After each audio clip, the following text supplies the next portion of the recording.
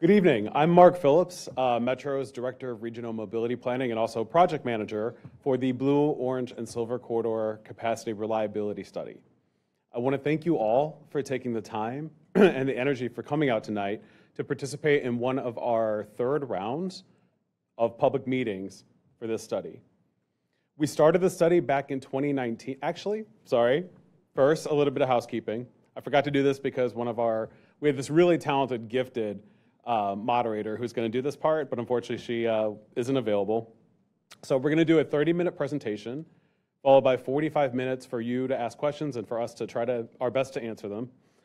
A couple of ground rules. Try to participate openly and freely. We want to hear any question, any comment you have, but allow others to do so as well. So we do have, we'll ask you to pass the mic to make sure that everybody can be heard. Please save your questions for the official Q&A period at the end. For people in person or on the phone, we have some moderators who are kind of taking your questions. I know there's some note cards here. They'll take those. People on the phone can submit their questions, and they'll be organizing them and trying to make sure that there's a good turnover, I think, between participation from different people and different topics and different subjects.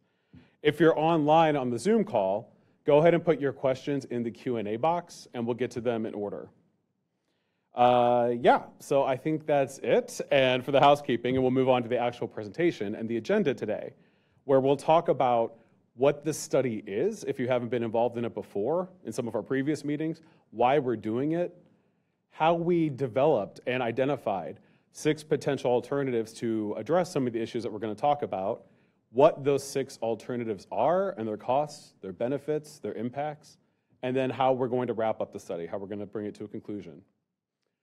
At a very high level, we started this study in 2019 to address several needs and opportunities in the metro system, things that we've had going on for over 2 decades, but also to help the region, your counties, your cities, your communities, attain some really ambitious goals that the region has set for themselves. We've done this by a lot of data analysis, talking to the public, coming up with different options, looking at the costs and benefits and impacts of those options, and having a lot of public and stakeholder engagement, as well as alignment with Metro's new strategic transformation plan, the Your Metro Plan, which I'll talk about in a moment, but you may have been involved in some of the outreach for that earlier this year. When we take all that feedback together, we have these 6 alternatives. The study will end with Metro's Board of Directors picking one alternative or one option as the locally preferred alternative. And that becomes Metro's official plan for transit service on the Blue, Orange, and Silver lines. I mentioned the Your Metro Plan, our strategic transformation plan. I'm not going to spend a lot of time talking about this because there was a big public engagement effort for it earlier this year. But basically, we're trying to become the region's trusted way to move people safely, sustainably, and I'll add in equitably. To meet that vision, the plan has established 4 goals and a lot of related objectives and performance measures. Our study and any project that's going to be recommended by this study, that locally preferred alternative, will advance 3 of those 4 goals and a lot of the associated objectives. And in fact, it was even included by our board of directors as a priority initiative for the first couple years of the plan, choosing this LPA, identifying that plan for the corridor. This slide gives you an indication, if you haven't been involved in our meetings before, of what we've been doing for the last couple of years. Because as I mentioned, we did start this in 2019. And in that time, we did a lot of data analysis. We did a lot of conversations with the public and our stakeholders to set goals for the project, those needs and opportunities I talked about that we're trying to address. We identified some alternatives. We looked at their costs. We looked at their benefits. We did this whole cost-benefit analysis. We talked to elected officials, community partners, our stakeholders. And now we've got these 6 alternatives. We had that full cost-benefit analysis. And we're coming out to the public for a 3rd time, having meetings like this. And then after that, we'll talk to our stakeholder groups and our community partners again. And we will, as I mentioned, conclude the study, taking all that information back to our board of directors to select that locally preferred alternative. That's an industry term of art. If you're in transit, you've heard it. If you're maybe in transportation in general, you've heard it. But all it really means is that it's Metro's official designation of one of these options as the one we're going to move forward for additional planning, project development, funding, and design. It does not It's not selecting a project to be built next year or even in the next 5 years. You'll see this at the end of the presentation. This is a long-term initiative. This is just that one time narrowing down the options to one. Before I get too much into the alternatives or those needs and opportunities I mentioned, just want to talk a little bit about what today's meeting is. You've probably got this already, like inferred this from the opening, but we're going to describe the 6 alternatives. We're going to talk about their cost benefits. We're going to show you that information, and we're seeking your feedback on which option you prefer and why.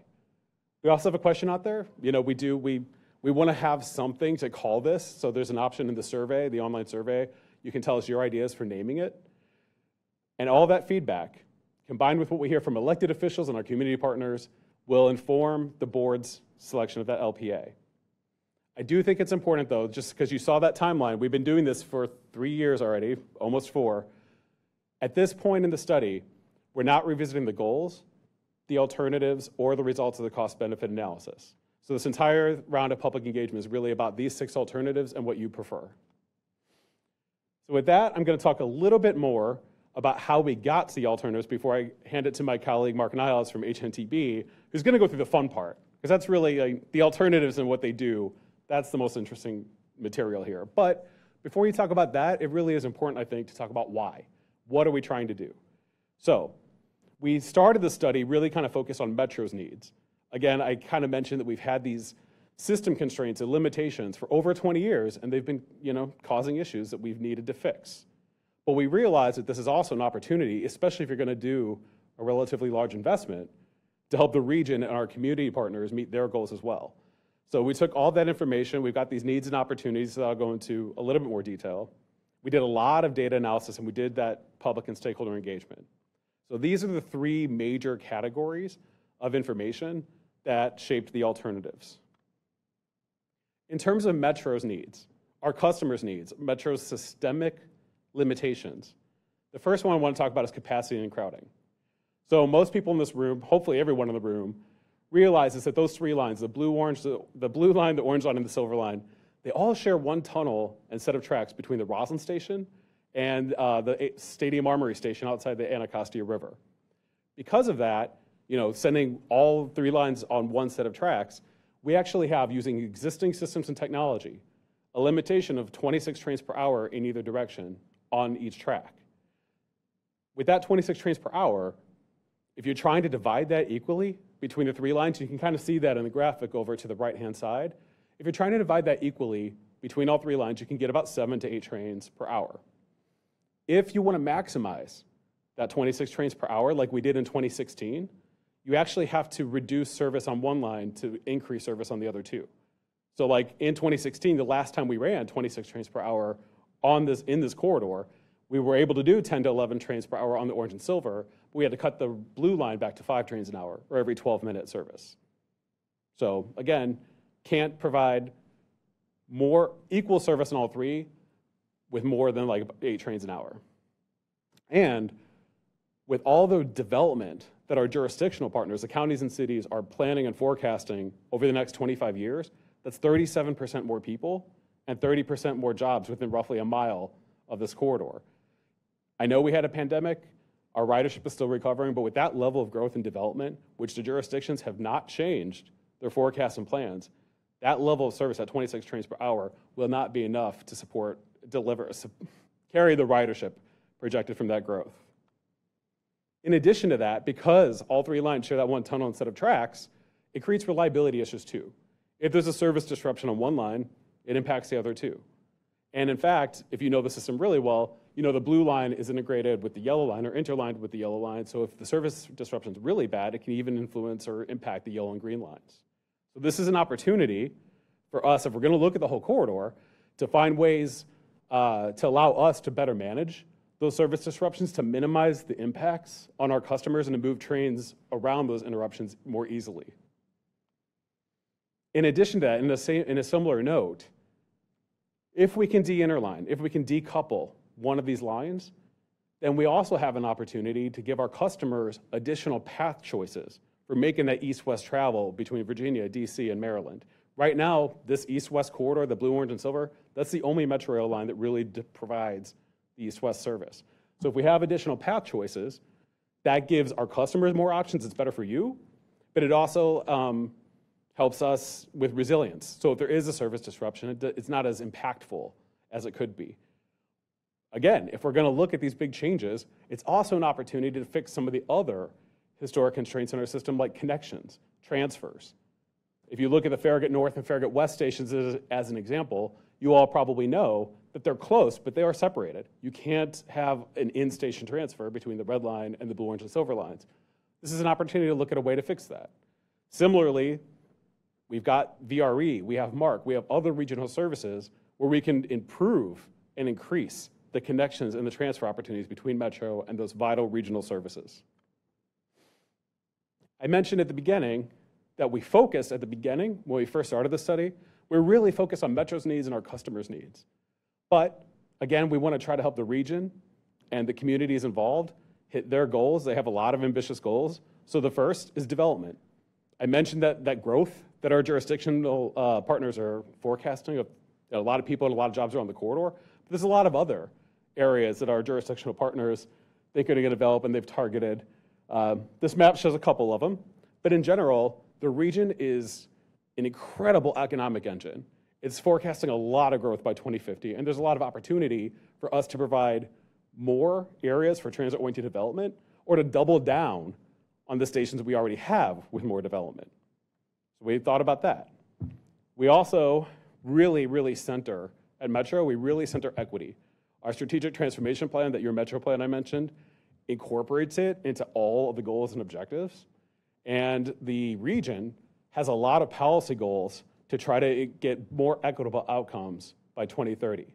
So when thinking about transit, when thinking about opportunities in this corridor, we really wanted to look at the potential for expanding access to high capacity transit or like high frequency transit in equity communities that don't have it today, and also to increase access to jobs and economic opportunities from those same communities. Similarly, the region has some very aggressive goals for climate change, to fight climate change, to reduce emissions and improve air quality. And transit has to be fundamental, central to this region's strategy if you're going to meet those goals. So we also wanted to provide options that help people, that attract people out of cars to transit, encourage shifts from driving to transit, biking, and walking, and reduce emissions. So those are the needs and opportunities that we're focused on. And again, we did a lot of data analysis centered around those needs and opportunities. But we did also talk to the public, just like we're doing today. And we have a lot of stakeholder committees of nonprofit organizations, representatives from your local governments, and some business and community representatives as well.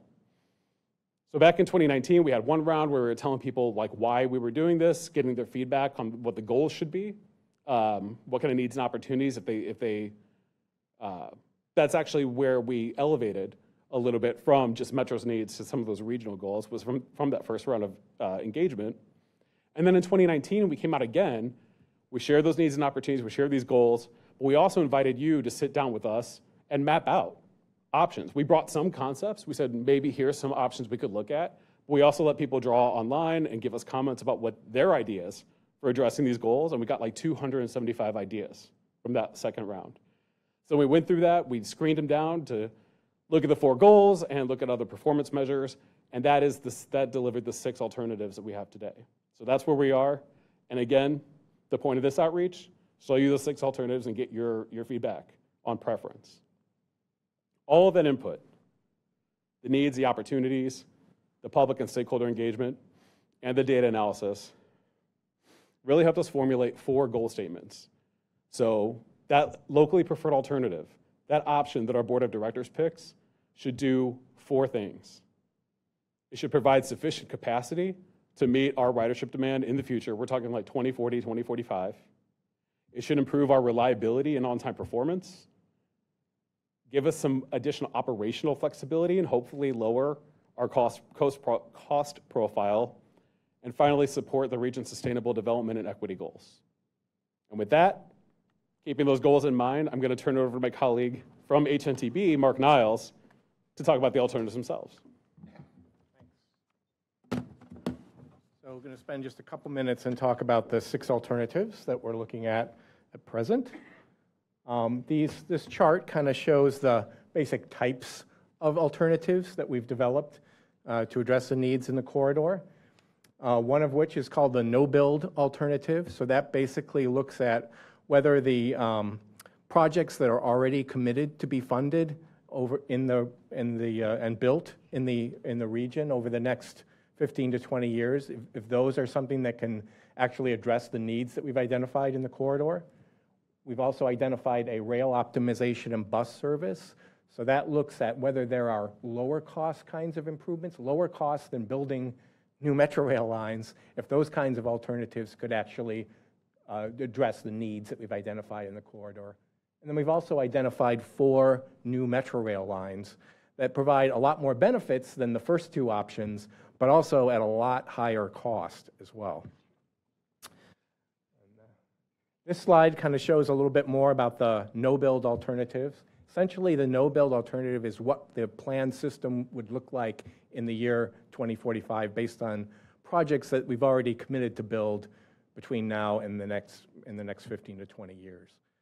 And so that would include basically the existing system plus the modernization and the state of good repair projects that WMATA has currently been working on over the next 15 to 20 years. It would also include projects that other jurisdictions in the region are sponsoring, like the Purple Line LRT project in suburban Maryland. It would also include some of the bus rapid transit and bus projects that local jurisdictions have been planning for and have committed to actually fund and build as well. The no-build alternative really wouldn't meet the 4 goals that Mark laid out for you earlier. The metro projects on modernization would result in some benefits in terms of a more reliable service on the system, and it would also help reduce some of the environmental impacts, the already minimal environmental impacts that the system produces. So it would provide some benefits, but it really wouldn't fully meet those goals that we had identified for the corridor. This kind of shows what we call the rail optimization and bus service option. So this is the lower capital cost kinds of improvements, short of building full-on new metro rail lines, and to look at whether they could address the needs and goals for the corridor. So this would include new bus rapid transit lines that would serve the corridor, new bus services, new commuter bus services. Would also look at optimizing rail operations in the corridor and providing some capital improvements in the area of West Falls Church and out at Stadium Armory that would allow us to better manage services and match services to demand. And so that alternative, again, those kind of lower cost options. This alternative would have the potential to address the 4 goals that we laid out for corridor improvements here, but it really is based on the assumption that we can develop attractive new bus-based options that will attract people to move or shift from the crowded metro rail service to these bus services. So it's a bit of a leap there, but we're looking at doing all the things we can to make these really attractive services and make them viable as a way to get around through this corridor rather than just using the metro rail and relieving some of the crowding on that metro rail system. And just this is a little bit some more specifics about what's included in that lower cost rail optimization option. So you can see there's some new BRT lines, there's some new commuter bus services that would operate in the region. The other thing that's critical if this option is going to be a viable solution is that we really have to get the buy-in from all the local jurisdictions because it's really their roadways and their street systems that are going to have to include the kinds of improvements that we're talking about here. Reserved bus lanes, transit signal priority for transit, and those kinds of things. So it really requires a regional effort to really make these viable enough to really attract riders maybe off the rail system, off the crowded rail system, and to use this option. The next, this option here that I'm showing here is the first of the 4 different new Metrorail options that we've identified. So this is alternative 3 to Greenbelt. So this assumes that we separate the existing blue line from the silver and orange line and put it on its own new alignment.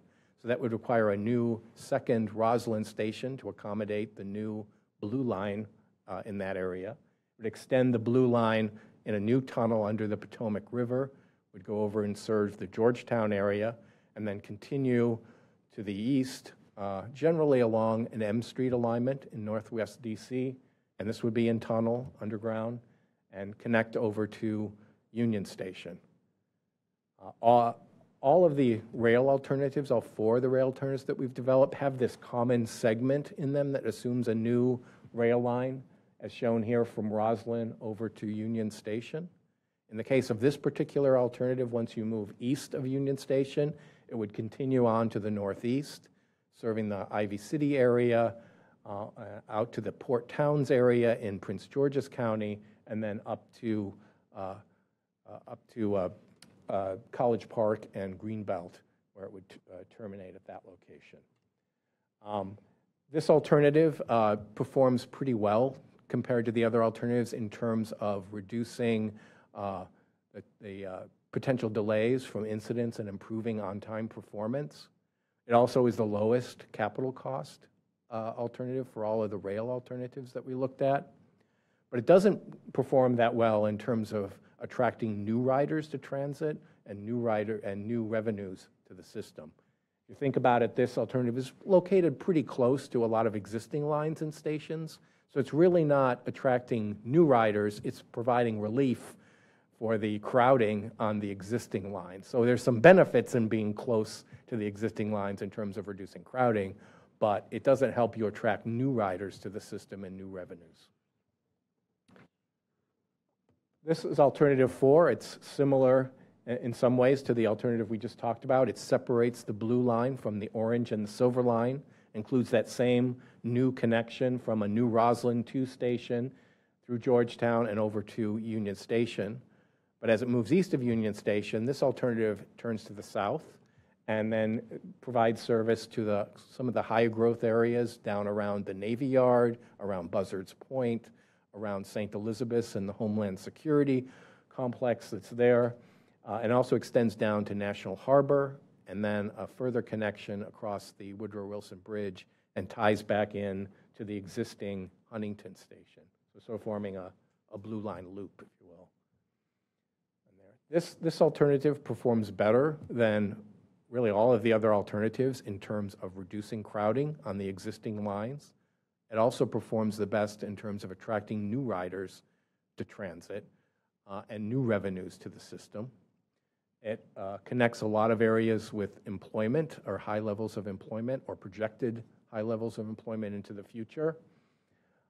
It also serves a lot of those equity focus areas that Mark talked about earlier and provides new high capacity transit services to those areas. So it performs well in terms of a lot of those features. It also, though, is a very expensive option. It's the second highest capital cost option of all the alternatives that we've looked at. This next option, alternative 5, this looks at completely separating the silver line from the blue and the orange line and providing its own alignment all the way through the area. So this would include a new tunnel from the West Falls Church area to a new Roslyn 2 station. So this would allow Metro to run express services along this part of the corridor, as well as running a combination of express and local services here for this very long silver line. As we move to the east of Roslyn, it follows the same alignment as the other alternatives over to Union Station, and then this alternative would extend further east from Union Station out to the Port Towns area in Prince George's County, and then up to College Park and Greenbelt. So similar to alternative 3 that we talked about earlier. This alternative would provide the greatest increase in capacity in the corridor, rail transit in the corridor, It would provide a more faster, quicker service potentially for Silverline riders that are destined to downtown DC. It also provides a lot of flexibility, right? Because we now have multiple independent paths to get trains through this area. So it provides us the flexibility. If there's an issue on one of the lines, people have other options that they can access to get them to downtown. So it provides a lot of flexibility. It's also a very extremely expensive alternative. It's the highest cost, capital cost alternative of all of the things that we looked at. Alternative 6 also looks at separating the blue line from the orange and silver, but essentially just from a new Roslyn station over to Union Station, following that same alignment through Northwest DC, generally in the area of M Street, with stations along the way, and then extends it further east to the Port Towns area in Prince George's County, but then down to and a connection to New Carrollton near the end of the orange line. This option, basically, its main benefit is that it does provide a quicker and more direct services from downtown DC to areas to the east. It doesn't provide a lot of new riders, or doesn't attract a lot of new riders. Again, it's an alignment that's very close or similar to the stations and the other alternatives. So it does provide some congestion relief. That's a good thing, but it doesn't provide a lot of as much new service, new riders, new revenue as the other alternatives do. We did a pretty rigorous and thorough cost-benefit analysis on all of these alternatives. We looked at 14 different measures that relate back to the 4 goals that we had established for the project. This slide here summarizes the basic results of that effort.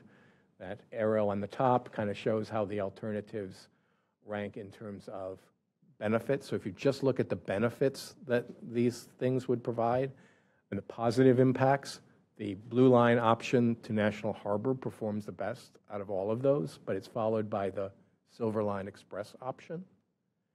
When you factor in the cost, the high cost of those options, and think about that, then the rail optimization and bus service alternative performs better, obviously, very low cost. But also the blue line option to National Harbor performs pretty well under that scenario as well, as be the second best performer. Table on the bottom just shows kind of in rank order how the alternatives performed relative to the benefits that we talked about and how they perform against the 4 goals that we had established for the project. So you can see the blue line to National Harbor in the top position, followed by Silverline Express in Virginia, and then the others. We also identified the costs associated with each of those alternatives, the impact on ridership, the new riders attracted to the service, as well as the revenue that would be produced by each of those alternatives. I just want to briefly say, for people who aren't familiar, sorry, there you go. Very briefly, I just want to, for people who aren't familiar with like shorthand for money, I'm sure that's very few people in this room. The K is for thousands, the M is for millions, and the B is for billions. Okay. Just in case anyone online doesn't know that. Yes, and there are many Bs on this list. So, okay, so with that, I want to just turn it back to Mark, and he's going to kind of wrap things up in the presentation, talk a little bit about the next steps.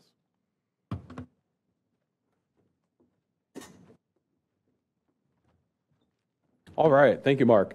It's kind of easy for everybody, right? There's 2 of us. We're both named Mark. So as other Mark mentioned,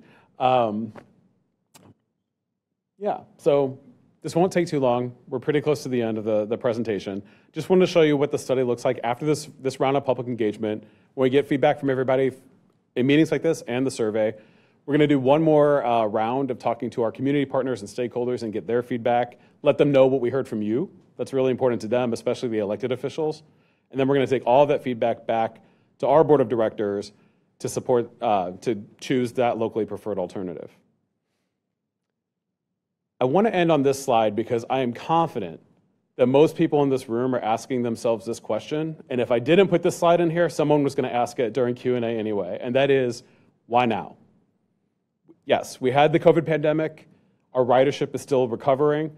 So a lot of you are probably saying, Why are you talking about potentially like a $30 billion rail project right now, today, just a couple years like after COVID? And the answer is, as other Mark mentioned, most of the alternatives are high ticket items, expensive, in the billions. So if we do decide to go for one of these, we're probably going to want federal funding. And federal funding has a lot of process requirements attached to it. So there's these stages, these phases that a project like this has to go through that are, again, like set up and required by the government. So a project like this actually has to move through about 10 to 20 years, depending on how big your project is. It could be 10 to 20 years or even a little bit more in the future, just like the Silverline. You know, that just opened, the first phase opened in 2014, the second phase just opened last year, but they started planning that back in 1985. So if you're looking at our needs in 2040, 2045, we actually have to be doing that same kind of planning today, because it might take us 20 years to get there. So that's why we're doing it. This slide also kind of gives you an indication of what happens after our board of directors selects that locally preferred alternative. I mentioned way back at the beginning of the presentation that was just selecting the preferred option for a lot more planning work, a lot more development work. So even once they select that, we go into environmental review and project development for 2 to 5 years. And then once the FTA signs off on that, then we get to do some more engineering and design. Once the FTA signs off on that, we get to actually construct. And I just want to note before we end, there's no commitment on the region or metro to fund and build this until we have that funding agreement with the FTA, the Federal Transit Administration. That's many years in the future. But again, we think we're going to need this by 2040. If it's going to take us 20 years, we have to be doing this today. All right. So thank you very much. I'm now going to turn it to my colleague, Melissa, to kind of go over a few ground rules about the Q&A session, but that is the end of the presentation. So again, thank you so much for your time, your participation, and remember to fill out the survey.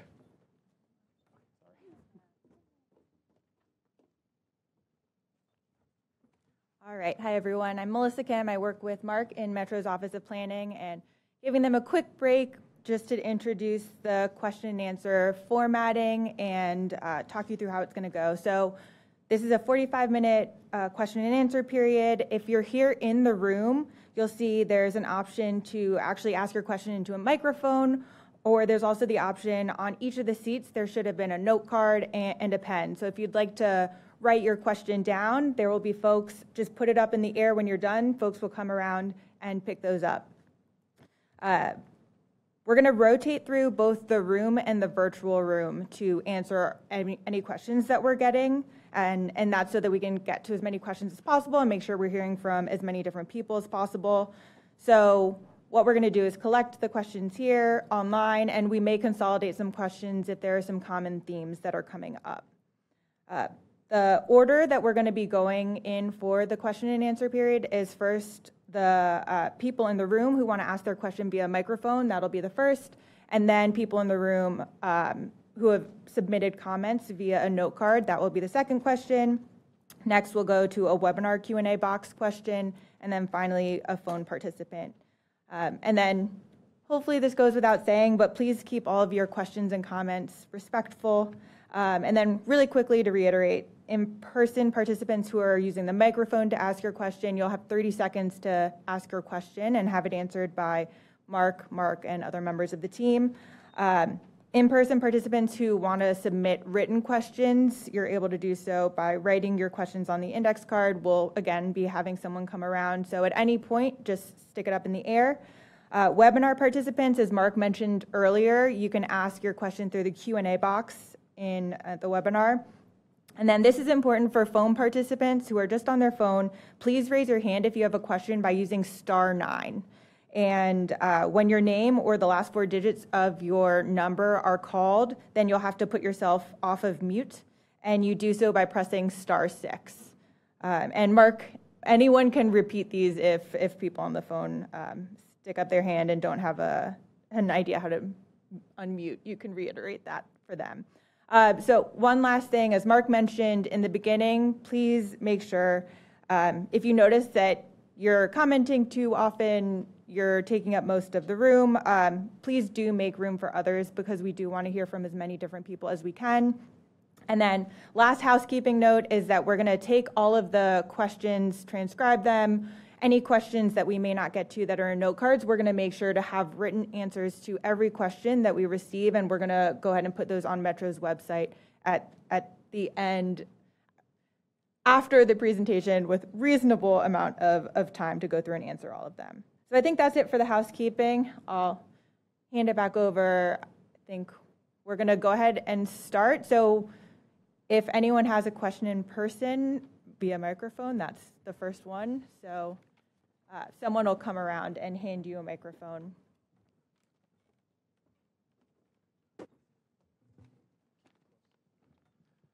Thank you for providing this opportunity. I guess my question is related to all the various options. We're talking about this kind of 20-year timeline, and it seems like there's this public engagement. There's supposed to be these 3 meetings, but I feel like there's not, when we're talking about equity areas, but I'm not seeing a lot of meetings in the equity areas to be able to solicit that feedback. And so I guess what is being done by WMATA to make sure that there's adequate community consultation while at the same time not enabling NIMBYism or kind of a highway revolt type thing to prevent the successful completion of these projects, even if we're talking 10 to 20 years down the line. I might need to ask you to repeat the second part of your question. I got the first one. What's being done to enable WMATA to kind of avoid any type of like NIMBYism or freeway revolt type problems, even 10, 20 years down the line, from preventing the successful completion of these projects, which we're talking about being in the $30 to $40 billion range? Yeah. Those are both actually fantastic questions. I'm going to take the first one. So we are having 3 meetings. One of them is outside the Addison Road Station in Prince George's County, which is most definitely an equity community. And, when you look at a public meeting location, you look at where it is, but you also look at the areas around it that are like relatively easy to get to. And there are equity areas around the DC location, around all 3 of our public meetings. We're also doing pop-ups out on the system at Metro rail stations and locations on the 6 alternatives that aren't served by Metro today. I don't remember exactly what those locations are, but we did look at equity in addition to that. So the National Harbor Alternative 4-1, we have a pop-up out in, someone might have to help me with the actual location, but it's down in Prince George's County, like where we don't go today, but that alternative would serve. So we did look at that. We factored equity into all of our meeting locations as well as the pop-up locations. The second question actually ties a little bit to the first one as well, in that we have 6 different stakeholder committees of, like I mentioned, nonprofits and community organizations. So we are leaning on them to help us get the word out and get participation to come to these meetings, but also to do the survey online and to learn more about the study with all the information we put out there on the website. In addition to that, as far as the highway revolution, like trying to future-proof the politics, we're hoping that because I think we've done a pretty good job of engaging elected officials and high-level policy leaders at the counties and cities that we serve in the Metro Compact area.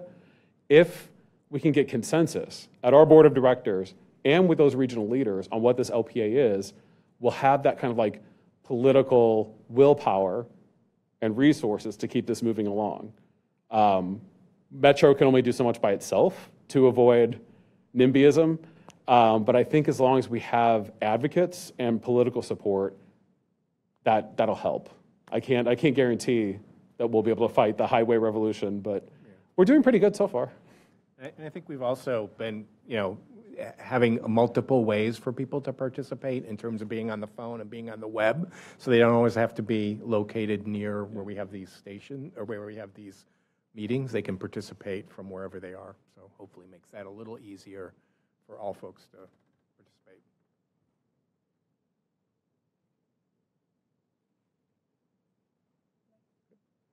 I think we're supposed to be rotating. Oh, okay. Yes. Hello, everyone. My name is Vivi, and I am part of the consulting team helping with moderation. So next up is a written note card. Could the Silverline Express be staged with the Express Service Tunnel added later? Could it be staged with? The Express Service Tunnel added later. I'm not sure I really understand the question. So, okay. Did you ask it?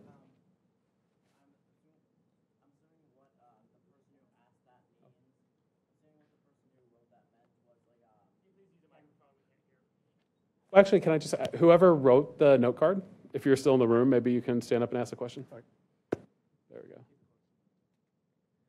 The express service for Silverline includes some sort of bypass in the Arlington area. Could it be separated out with the eastern section being built or just the western section being built as well? Or is that considered as part of the alternatives analysis? Well, it definitely, if I understood the question correctly, it definitely has to have the western section because that's where the Silverline runs today. But the actual part where it joins back in, or it goes over like into the tunnel, it could join back in like before the Roslyn 2 station, but we need to keep them separate crossing the river for the capacity issue. Honestly, with that, alternative 6, I think. That is, yeah, I mean, alternative 6 is basically what you're saying. It's the Silverline separation, but without the express part of it. So we're looking at that as an option. Yeah, and as Mark noted with that Silverline Express, if you have that separate tunnel, it doesn't, like all the Silverline doesn't have to be express. We'd be able to do some local and some express. Yeah. Next question is from Zoom. Will the additional alternatives be elevated or more tunnels? It's actually a mix. So each alternative has a different percentage of how much of it is tunnel versus at grade, like running on the surface, and some are elevated. So each alternative, none of them are 100% tunneled or 100% at grade. It varies by the alternative. But it's a mix for all of them. Okay. If anyone has a verbal question? Well, since we cut you off, why don't you'll be next. Hi there. So for background, I'm a geologist working with the Smithsonian Natural History Museum. I ride Metro every day, but looking forward to this since I was in middle school. My question's about geotechnical stuff, so maybe for future analysis, not for this though, but all of the 4 build alternatives have this same segment from Rosslyn through Georgetown over to Union Station. The section where it crosses the river is going to run into 2 really hard rock units, the Georgetown Intrusive Suite on the north side and the Sykesville Metamorphic Formation in Rosslyn. The deeper those 2 stations get built and the deeper the Potomac River crossing is, the more expensive and complex the project's going to be overall. Would it be feasible to think about having those 2 stations built as shallow as possible with a bridge crossing of the Potomac? Or if not, would it be feasible to think about linking the Rosslyn station in both directions so that we get the most flexibility from this project without having to go back in and dig something new if we want to link it in later? Is that part of the analysis we consider at this stage, or is that stuff to study for Tier 2 or NEPA? That's something that we'll study during project development in NEPA. It's a great question, a very educated question. I will say we do have the engineer in the room. I might lean on him to come up and answer some of the specifics. But overall, that's the kind of level of detail that really comes through project development in NEPA in the next stage. But we're very aware of the issues with Georgetown and the rock formations underneath. I don't know, Paul, if there's anything else you wanted to say specifically about what you were looking at from the engineering side?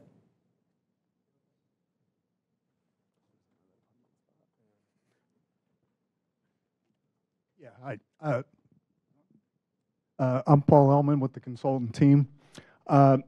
We looked at a variety of alignments to achieve exactly what you're talking about. Certainly the geologic formations are going to be a significant challenge the deeper that you tunnel and the crossing of the Potomac.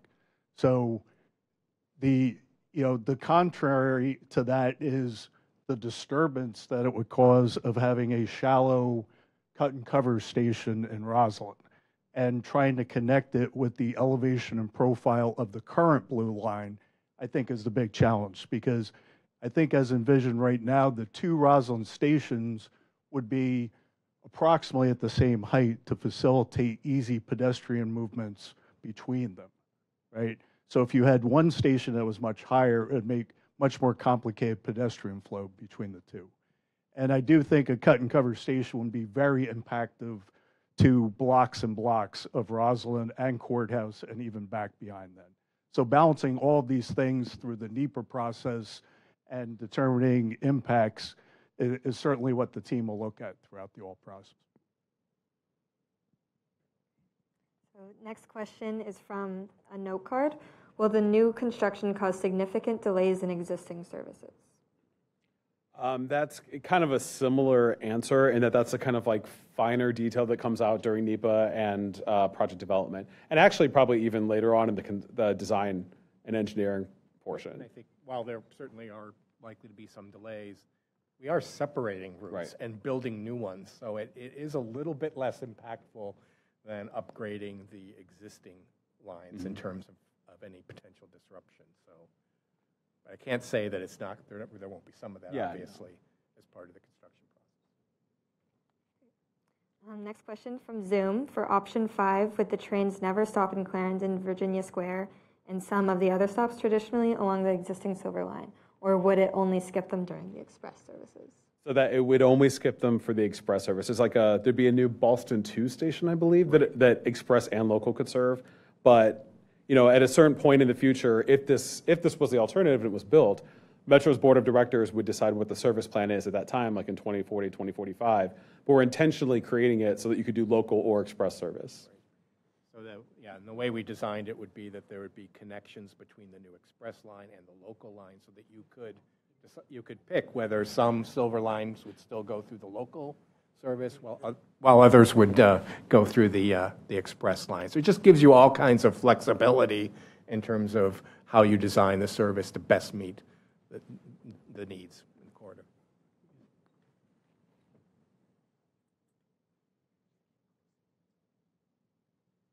So aside from the blue line loop, does every alternative have to terminate at an existing metro terminus, or can it just like serve its own section completely? Like, does each one have to go to Greenbelt or New Carrollton? Can it serve that underserved portion in Maryland as well, along with underserved portion in DC? No, that's a terrific question. It's a kind of smaller but important detail that we didn't want to bog down the slides with. But when we first looked at all these alternatives, one of the many criteria we had was connecting to an existing rail yard, because you need a rail yard on both sides, and the region is so built up, it would be really difficult for us to be able to site and build a whole new rail yard. So that's one of the reasons, it's the primary reason that it goes to places like Greenbelt, because we have to put the train somewhere, and anywhere inside the 495 Beltway is going to be really hard to find a new rail yard. Great question, though. The next question from Note Card. Will the Silverline Express option also include local Silverline service in Arlington? Yeah, I think we answered that. Yeah, yes. Okay, next one from Zoom. Okay, says, I'm not a fan of the loop, but connecting National Harbor is still something I would like to see. But instead of a loop, could the Silver Line travel down to the route instead and have the blue line coming from the west to make a National Harbor become a transfer station, allowing even more for future expansions to the south? That is a very interesting idea. I think if our board of directors, with your feedback and with feedback from our elected officials and local partners, if they're interested in looking at a different combination of parts, like the eastern part of one alternative plus the western part of another, we can support that. So if you're interested in that kind of thing, if you have that kind of idea, put it in the survey, put it on the note cards that we have.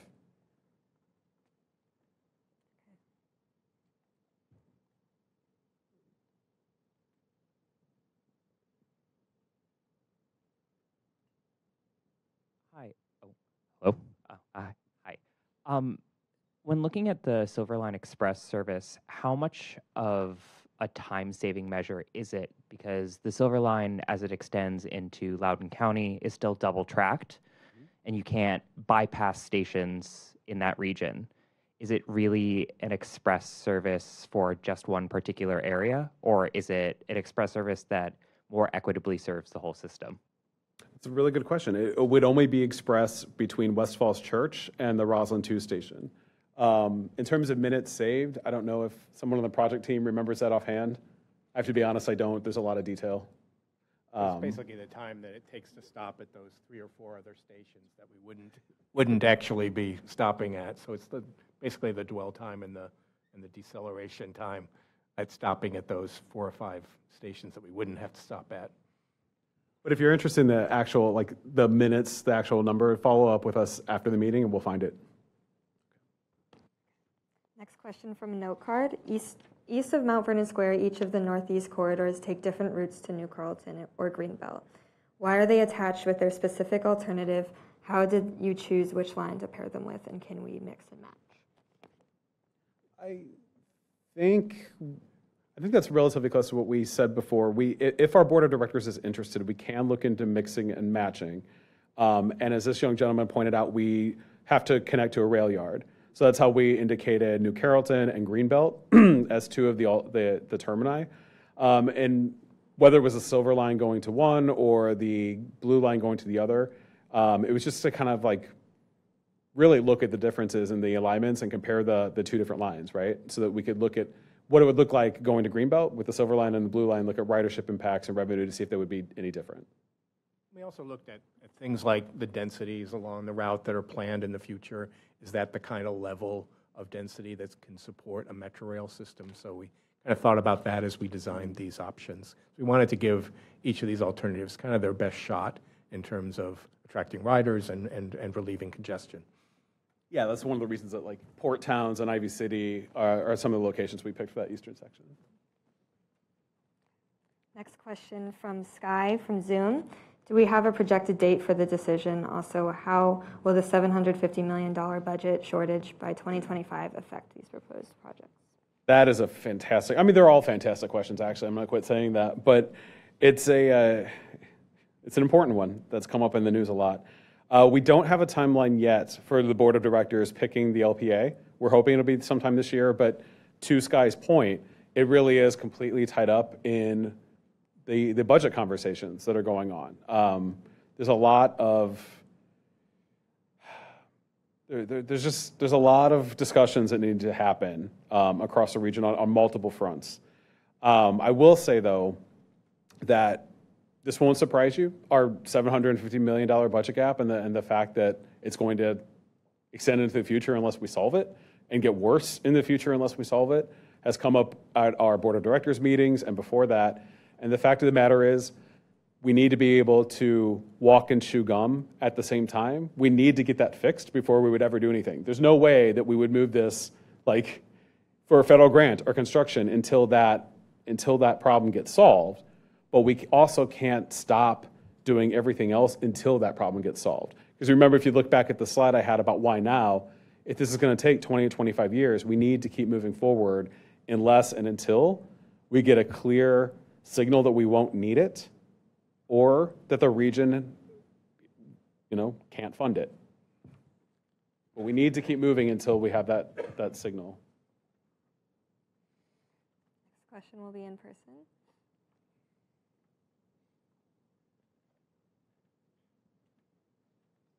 Thank you.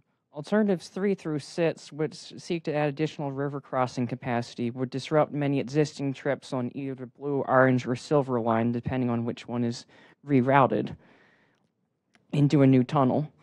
It would disrupt the reliability of current trips and possibly lose a lot of riders as they demand shorter trip times and possibly switch to driving. The Long Street and 14th Street Bridge is currently underutilized in each of these scenarios.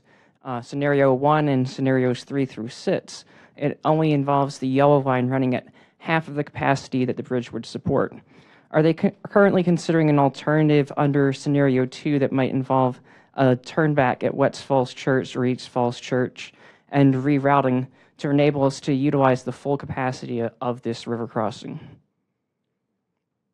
So I'm going to handle the second question first, and that is that the alternative 2 does have a turnback at West Falls Church. The alternative is really about building the infrastructure to be able to do turnbacks. It's not an actual service plan. I just want to make that really clear that we're just trying to give ourselves the ability to do turnbacks at outside the Stadium Armory Station and at West Falls Church. The actual service plan of what that looks like would be a future decision by the board of directors. In terms of the trips, though, I want people to remember that in every single one of these alternatives, we're still assuming the Roslyn connection between the new station and the old one. So it would serve, all these alternatives would serve a lot of the same downtown DC destinations that they do today. They would expand the walk shed for downtown DC further north, But if people really don't want to go out of their way to a new station, they can still do a quick transfer at Roslyn and make the trip that they're making today. So I'm not sure I would frame it as like disrupting the trips. It's just, there's in a lot of transit systems, you do have to make a transfer to complete your trip. And if we time it well, it's not a long or, I don't think it's enough to push someone into a car if they have to wait like 2 minutes for the next train. Can you remind me what your third question was? Yes. So are you considering rerouting of the blue line similar to the former Yellow Line Express into DC? And I have a diagram that I drew up from these meetings in 2019. I remember that. We were very, very focused. I think you saw on the slides of the needs, the capacity and crowding issues on the Blue, Orange, and Silver lines. So at a system level, we know that the Yellow Line Bridge is actually, there's excess capacity there that we could utilize. But we were focused on the travel needs for the Blue, Orange, and Silver lines and the capacity constraints for the Blue, Orange, and Silver lines. So like sending more trains over the Yellow Line Bridge would help like the Crystal City National Landing travel and like Alexandria into downtown DC. But one, we still have an interlining issue between the green and the yellow, and that wouldn't help solve like the Silver Line, Loudoun, and Arlington connections into downtown DC. So it's a good idea. I wanted to say this really clearly. I don't want anyone to take these alternatives and the study as the only thing Metro might look at as far as future projects. It was very focused on these 3 lines and the problems and opportunities on these 3 lines. There's a lot of other opportunities out there. The Yellow Line and Green Line, we need to look at that. Red Line, we need to look at that. There's other things we can do. So it doesn't foreclose that at all. Yeah, in short, the rerouting of the Blue Line over that bridge could serve the same areas without having to use the Roslyn crossing. I understood your point. Thank you. Next question from written note card. Is it too late to consider building the Silver Express on I66's right-of-way from East Falls Church to Roslyn? Meaning ending I66 before the Clarendon exit. I don't think it's too late to do anything. This is that first feasibility study to help us identify. I'll stop calling it LPA and call it a corridor. How about that? So if you identified that alternative, right, as a preferred option, there's still room and there's still utility in the environmental review process and the project development to, change station locations and alignment to some degree. I would just say that the I66 corridor, in terms of a new alignment or a new service that's not in the tunnel that's there today, is a lot of challenges because you have cross bridges and things like that. So you're required to be multiple levels in the air in order to make that kind of connection. So it would be quite a large and imposing structure to make that happen. So we've been looking more at tunnel options to get through that area. Next question from Zoom. Please define acronyms. What is NEPA? That is the National Environmental Policy Act. It's back in 1969. There you go. The federal government passed a rule that if any project is going to use federal funding, have a large regional impact, or I think use federal assets, you have to do an environmental assessment, a deep environmental review of its community impacts, its environmental impacts, its social impacts. So that's what we mean. That once we get past this LPA, we actually have to go into that federal process for environmental review. We'll now take an in-person question.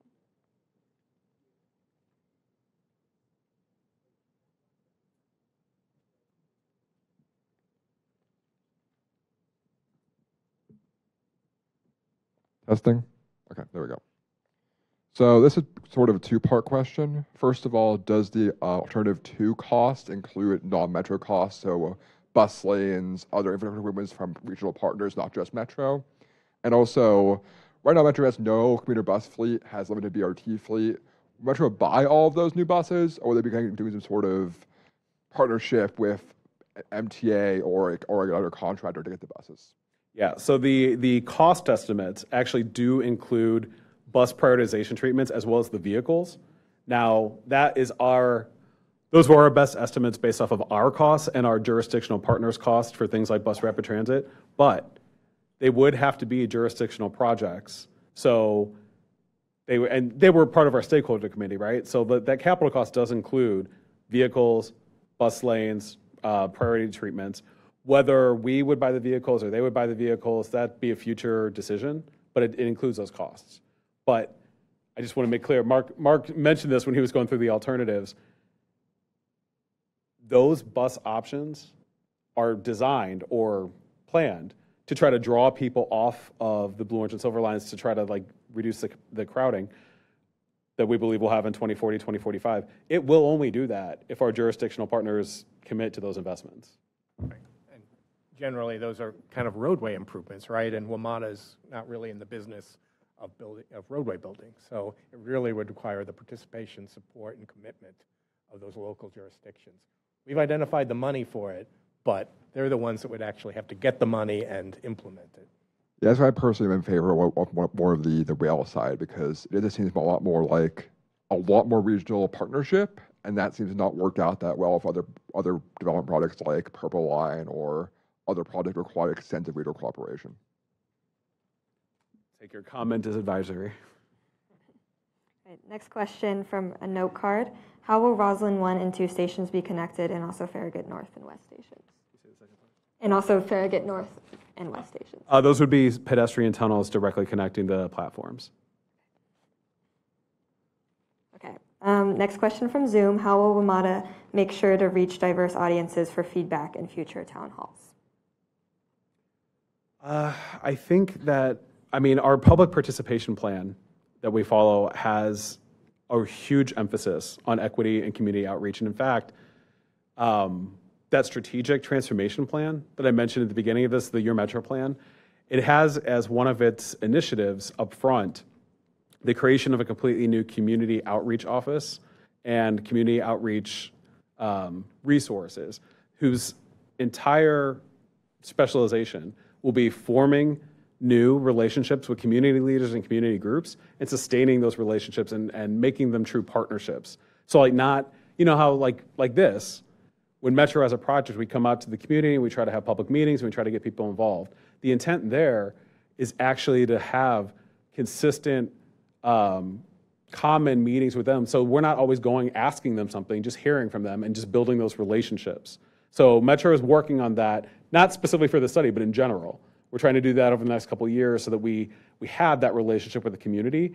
In terms of projects like this, again, we use social media, but we also rely on our community partners and this big list of community-based organizations. And that's not just nonprofit. Well, that's not just like agencies and groups focused on a need, but it's also churches and community groups. So we mail this information out. We invited some of them to be on our stakeholder committee. We contact them on social media, and we really try to get them to let their constituents know about the project and get involved in these public meetings. And we do the same thing with elected officials. We ask them and their public information officers to spread the word.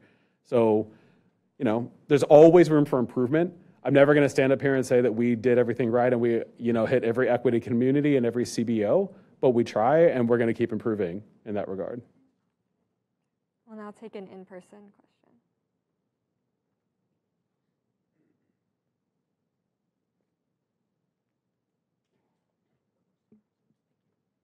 Hi. So for the second alternative about the BRT and commuter buses specifically, do you all are there any implications for like any political or funding implications of drawing riders off of our existing lines? Do you think it'll make it any harder in the future for Metro getting the money they need because they'll not be having these riders they had before? That is interesting. I think that our general manager, our executives, the entire team, we have to be cognizant of Metro's bottom line and Metro's revenues, but overall, we really do try to function as a regional transit system and serve transit customers, whether it's Metro Rail or a bus rapid transit. We have a vested interest in transit and getting people to switch from cars to transit. So even if some of those people end up riding an Arlington rapid transit, bus rapid transit instead of the Orange Line, I think we'd still consider that a win. Next question from No Card. For alternative 4, with the blue line becoming a loop, how would the last train of the day be handled? Where would it start and stop? With apologies, that's one of those very technical questions that we'll address like during project development and design. It's not for this level of study. Next question from Zoom. Where can we get updates as this process moves along? I should have mentioned that. In fact, since these are already up, I'll go back here. We do have a website for the study, WMATA.com/BOS Study. So we have all the information you saw today and a lot of other contextual information. You can sign up for emails or you can sign up for a newsletter, well, emails, updates. And if you have additional questions, comments that you don't get to address today, there's also an email address for the study that's on the slide down below, bosstudy@wmata.com, so you can send them there as well. But the website's the best way to stay in touch and updated. And now take a verbal question.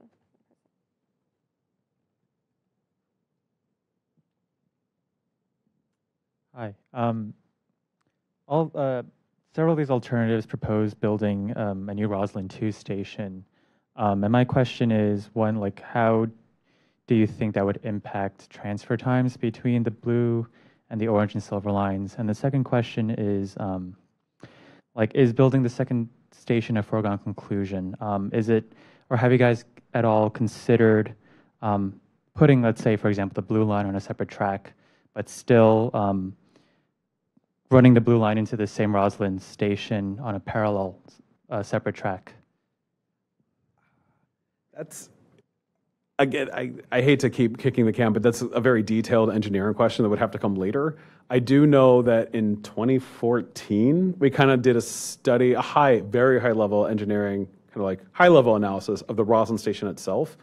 And I think because of the configuration where, you know, the tunnels are stacked on top of each other, the vaults are stacked on top of each other, I think it would be, and Mark can probably answer this in more detail, but I think it would be a huge construction nightmare to have a second rail line going through the same, we can't do it through the same vault. So we'd have to like puncture the vault and like expand the vault, a lot of cut and cover where we don't really have the land available in Roslyn because there's buildings on either side of where the station is.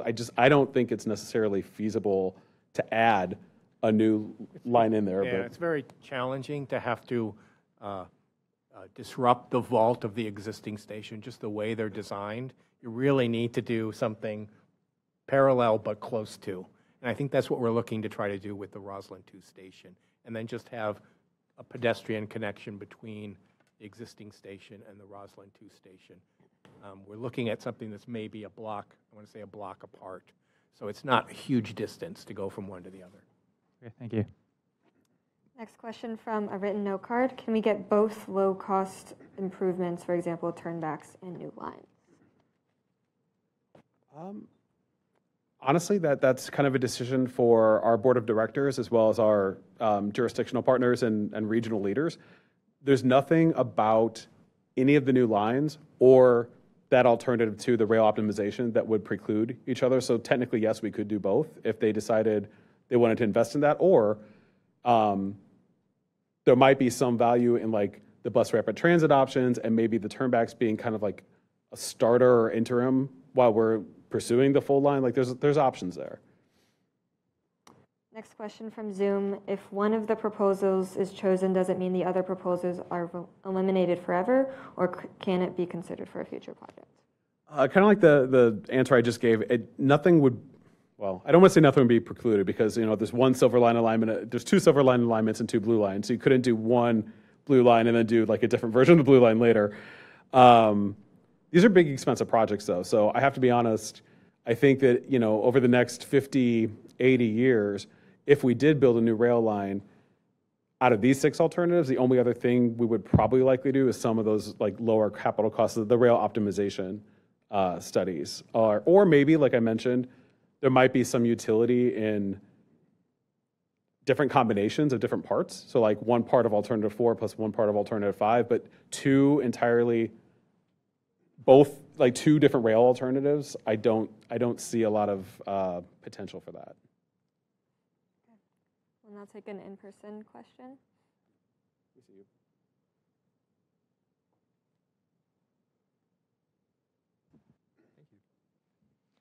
So my question is about the combination of LPAs that you kind of alluded to. So I know at the last board meeting and at this meeting, you've talked about how the board will sort of decide if, the western segment, eastern segment works. I guess my question is, like, what would public comment and public feedback look like for that? Since I know that this window ends in September. So if the board decides, oh, we want this and this, would there be new rounds of engagement on the hybrid versions of alternatives potentially, or what would that look like? Question.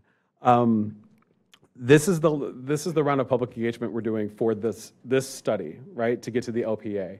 So again, if you have any thoughts in that regard, definitely put it in the survey or the public note cards that we have around, and we'll be presenting that information to the board. But I want people to also know this, because I didn't really touch on it earlier. When we have that LPA, and if and when we start project development in NEPA, NEPA still has public engagement requirements. So we're still going to have to come out to the public and have a lot more meetings. And if you look at that full 10 to 20 year timeline, we'll be doing public engagement throughout that entire process. So to your point about, I'll pass the mic to you in a second, the recombination, there's still room and opportunity to comment on that after this study. Just, it would be under NEPA and project development. And the NEPA process allows for looking at some other options and some refinements to those options. So there's still an opportunity to further shape the project as part of that process. Okay. Next question from a note card. How were capacity numbers determined? What models and any assumptions/possibilities for density and growth did you look at? So the primary data source was our ridership data pre-COVID, I'll say that, and the travel demand model that our partners at the Transportation Planning Board and the Council of Governments create, which really looks at ridership patterns, both transportation and transit. As far as density goes, that regional travel demand model is built on what our regional partners call the cooperative forecast. So their forecast for jobs and population and household growth out to 2045. So it assumes all that density. The travel demand model gives us transportation flows. We try to meld those two together in designing the 6 alternatives. As far as the capacity and ridership data, because that was kind of, I assume the question's related to what is the source and why isn't it more timely? And that is, as I mentioned in the why now, we have to keep moving forward. We will be revising, we'll be redoing the ridership forecast during NEPA and project development. And again, we'll also have to do it again when we apply for federal funding. So we'll have to redo and update our ridership forecast at least twice before we go for a federal grant. Next question from Zoom. Can you confirm that the Woodrow Wilson Bridge was designed for Metro to cross? It was. Well, it was designed for high capacity transit crossing. Okay. Now we'll take an in-person question.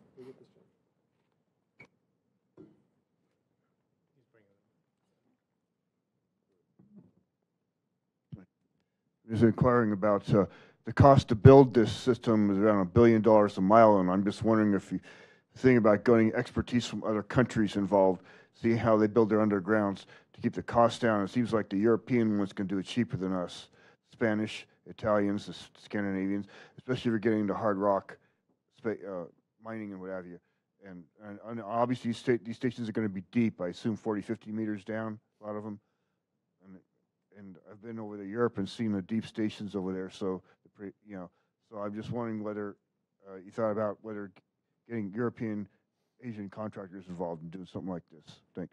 Or figuring out how to build it cheaper. Yeah, that might be slightly more complicated than you would think. So there have been recent studies that compare the cost of building transit projects in the United States versus the rest of the world. And you're absolutely right. Our costs are much higher for many different reasons. So I think not only during the project development work that we're going to do, but in the design and engineering phase that comes after that, I think there's some potential that we could try to learn from partners internationally. It might get kind of complicated with the Buy America provisions if you're trying to go for federal grants, but is there anything else you want to say? I mean, I'll take best practices from anywhere if I can. But, just saying that the cost estimates we provide need to be consistent with the guidelines from the Federal Transit Administration. We're looking for federal dollars. They're going to have to be comfortable with our cost estimates. They're probably going to be more comfortable with the experience that we've had here in the United States, but it's certainly something that I think we can think about and learn a little bit from in terms of ways that we can do this maybe more cheaply. Next question from a note card. Any plans or thoughts for an Orange Line expansion to the west, for example, to Fair Oaks or Fair Lakes? That's a question that comes up fairly often. I think our general manager maybe even mentioned this at the board meeting, if any of you saw it or tuned in at the time. There are a lot of ideas out there for expanding Metro outward, extensions further out into the suburbs, and a lot of them have solid rationales and, significant benefits. But we've been saying all along for years that we have to fix the core capacity issue before we keep doing expansions, because when you expand, you add more riders into the system, and if you don't fix your capacity constraints, you just worsen the problem. So that nothing that we're looking at today precludes that western extension of the Orange Line that participant mentioned, or some of the other extensions. But we need to take care of our system limitations, our capacity constraints, and then we can look at expansions. Next question from Zoom. What will be WMATA's preference? Reducing congestion on existing lines or expanding coverage to underserved and growing areas? For example, Ivy City and National Harbor. I don't think we can speak for our board of directors, so that's up to them, and it'll come out in their deliberations and their decision. But we structured this to have the cost-benefit analysis on 14 different performance measures. Some are focused on sustainability and equity. Some are focused on reliability and capacity. So it's up to them really to determine what they value. And they'll get feedback as well from our jurisdictional partners who will have to help us figure out how to fund this. So it's a political decision. We'll now take an in-person question.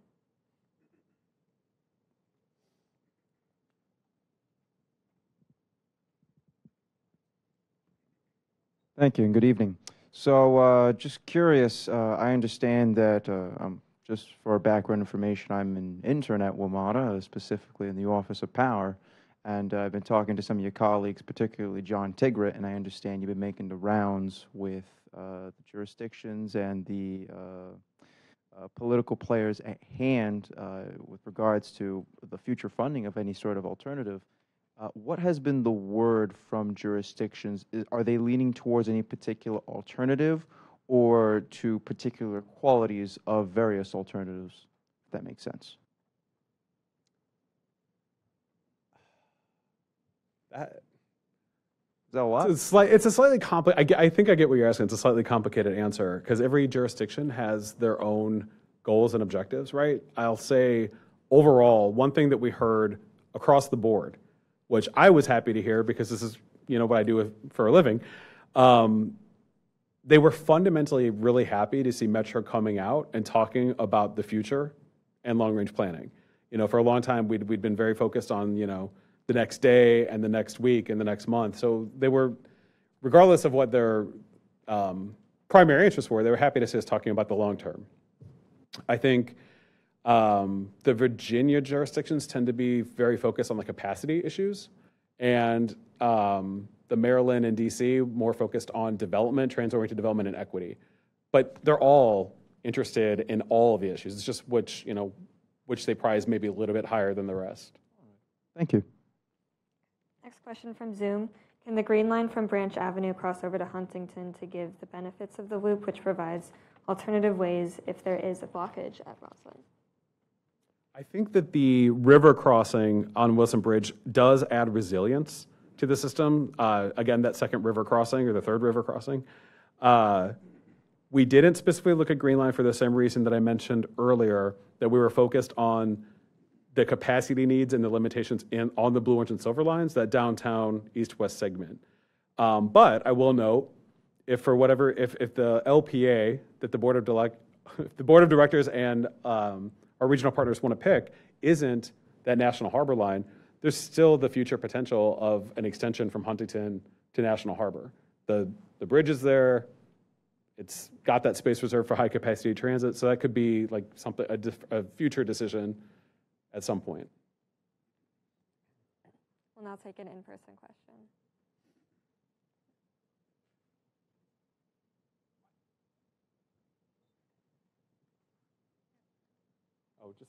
Time check, we have about 10 more minutes. Yes. So I just want to note before, sorry, I see you.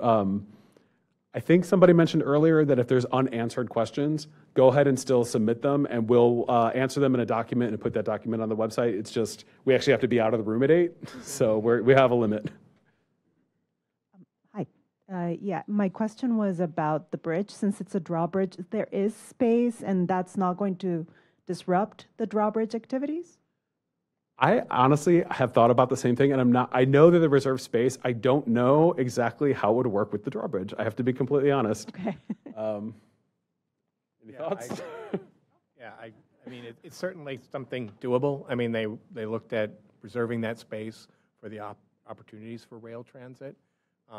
It only opens very rarely, so it's not something that's going to have a lot of disruption to service. It's never open during, I know, peak travel hours. And I don't think there's anything technologically that would limit that from happening. I know, Paul, the engineer, if he had any other. Poor Paul. Real quick, the answer is that the third rail is used to power Metro Rail, and for the 12 times a year that Wilson Bridge does open, there are rail systems in Europe that have a similar technology where the third rail actually separates. Where the third rail actually separates for that brief time. Now, service would obviously have to stop during any drawbridge raising, but there is rail technology that allows the third rail to reconnect. Next question from Zoom. In terms of equity, I noticed you have 25 stakeholders from Virginia and 7 from Maryland. Can you comment on that decision? I think you're probably specifically looking at the stakeholder committees for our jurisdictional partners, meaning the cities and counties. So, you know, it's just a fact that within the compact area, Virginia has more jurisdictions than Maryland does. But if you look at the full list, it has all the community groups, business associations, et cetera. We really did try to have more representation. I will say, you know, we can't force people to participate. So we invited a lot of organizations. Some just really had to focus with the few resources they had on their most dire needs and just didn't have the resources to participate in the study. But we really did try to get as much representation from equity areas on that community and business stakeholder group that we could. We'll now take an in-person question.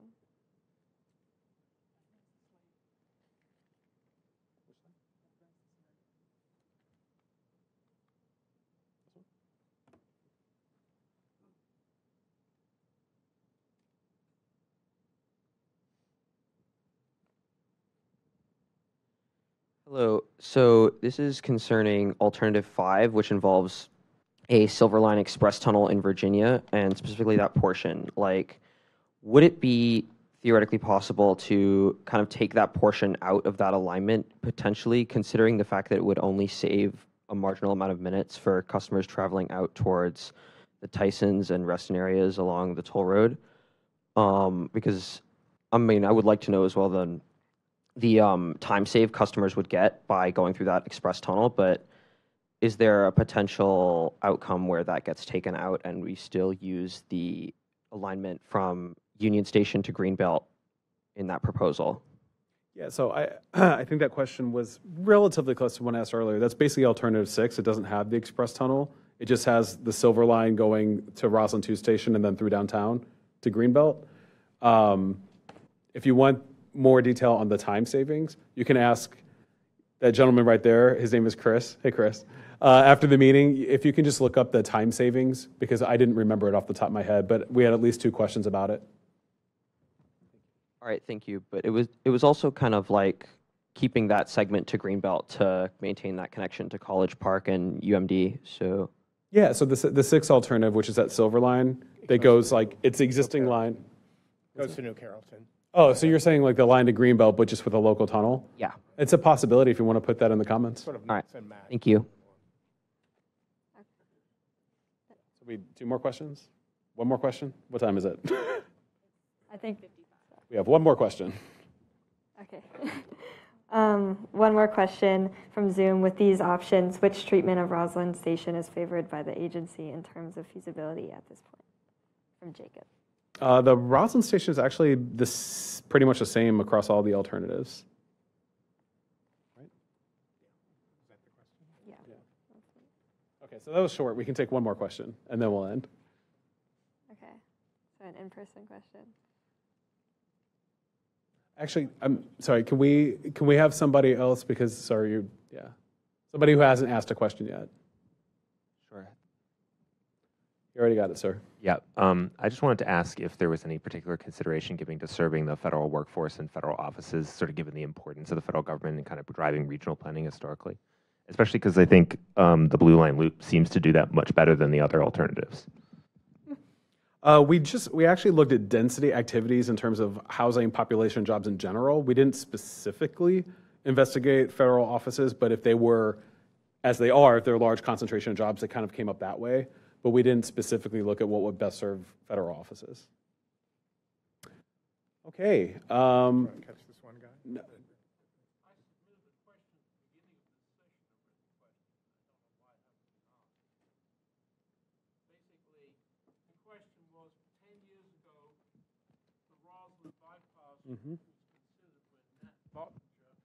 Was the planner, or a name like Bottinger, and Richard Sarles was the general manager. And in 2012 to 2014, I had several discussions.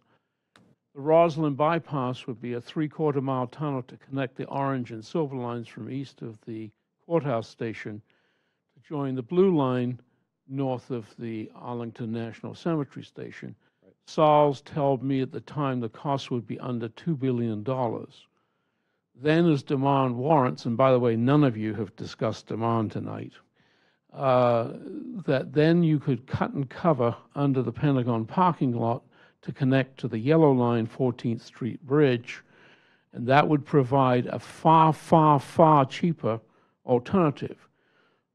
In November 2018, when Amazon HQ2 was announced, I went to the first public meeting after that announcement, and I asked the then board, which was headed by a gentleman from Georgetown, I forget his name now. I've never had an answer since 2018. I've actually written to Jeff Bezos and others.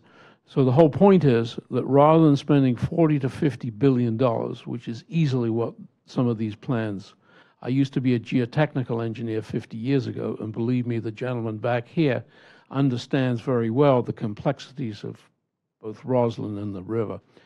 And so we need the demand analysis you admitted was pre-COVID-19. Just to give you a specific example, the Boston... We've got 30 seconds. The Boston Metro station, which 10 years ago had a daily demand of about 10,500 passengers, is below 4,500 weekdays. And that kind of demand drop in the last 5 years obviously is occurring elsewhere. So a demand study based on post-COVID-19 needs to be done as a prerequisite of making any decision. Agreed. I don't know if you heard me mention it before, but we're going to redo the ridership forecasts, the demand assessment, and the capacity analysis during NEPA, and we'll have to do it again. The federal government will require us to do it again to apply for federal funding. So we're going to have to do this at least twice in the next couple of years. Regarding the other question, because I did talk to you about this, I think in 2019, it's an interesting idea. The bypass, I want to be very clear on this. It's an interesting idea, and it has a lot of potential for reliability and for the connection between the Silver Line and National Landing. But it does not do anything for the capacity and crowding crossing the river, which was one of the big drivers of this study. That's why it's not included in the alternatives. But again, just like to that gentleman's question about the Yellow Line, that doesn't mean that Metro will never look at it or that it might not be part of our full long-range plan. It just means it's not a viable alternative for this study and for this need. And that is the end, sir. You've made the point multiple times. So we're just going to close out because we do have to be out of the room now. So thank you all so much. Again, I know that there were a lot of questions we didn't get to answer. So if you put them in the Q&A on the Zoom call, if you put the note cards, we will follow up. We will put answers on the website. Remember to take the survey if you haven't done it yet. It's on the website, womata.com/BOS Study. And you can email us at bosstudy@womata.com. Thank you.